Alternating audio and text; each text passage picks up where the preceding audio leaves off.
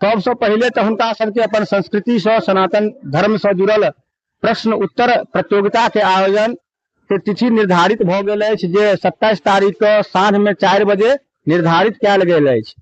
संगहि तकर बाद जे छै से स्पीच प्रतियोगिता राखल गेल छै जाहिमे नैतिकता पर आधारित जे छै टॉपिक हुनका सबके देल जेतनि।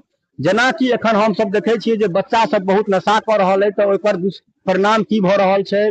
हम प्रशांत झा सब देख रहल छी मिथिला प्रगति। हमर उपस्थिति अखन हरिपुर बक्सी टोल गांव में अछि। बताबी एतऽ स्कूल प्रतियोगिता संग स्पीच प्रतियोगिता रखल गेल है। बताबी जे हमरा साथ एखन आदित्य वाहिनी के संयोजक छथि, हिनका से बात करी और जानकारी ली जे प्रोग्राम कहिया छै और की केना छै। की प्रगति में स्वागत अछि। मिथिला प्रगति के सब श्रोतागण के हार्दिक स्वागत अछि और अहाँ सबके एकटा बहुत महत्वपूर्ण जानकारी दी जे पूज्य गुरुदेव जगत गुरु शंकराचार्य भगवान के जे प्राकट्य स्थल हरिपुर गांव छै तई में सनातन संगोष्ठी के माध्यम से जे नया पीढ़ी छै जे पीढ़ी के सनातन धर्म से जोड़े के लेल, सात्विकता से जोड़े के लेल, नैतिकता से जोड़े के लेल और सामाजिक एकता समरसता स्नेह संग अपन मातृभूमि के प्रति जे हुनकर सबके लगाव कम भ रहल छै तै के लेल हमर सबके प्रयास अछि जे हुनका सबके अपन धर्म से अपन संस्कृति से जोड़ी।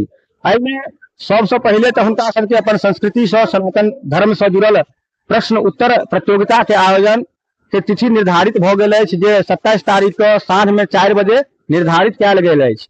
संगहि तकर बाद जे छै से स्पीच प्रतियोगिता राखल गेल छै जाहिमे नैतिकता पर आधारित जे छै टॉपिक हुनका सबके देल जेतनि। जेना कि एखन हम सब देखे छियै जे बच्चा सब बहुत नशा कर रहल है तो ओइ पर दुष्परिणाम की भ रहल छै।